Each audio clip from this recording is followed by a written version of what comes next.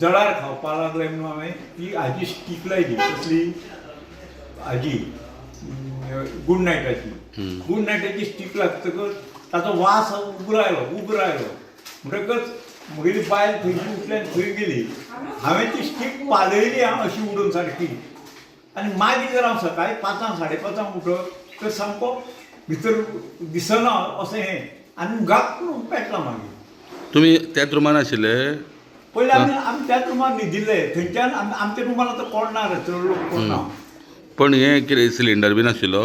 हें सिलिंडर बी सगळें आशिल्लें काय शीत तसलो हें काय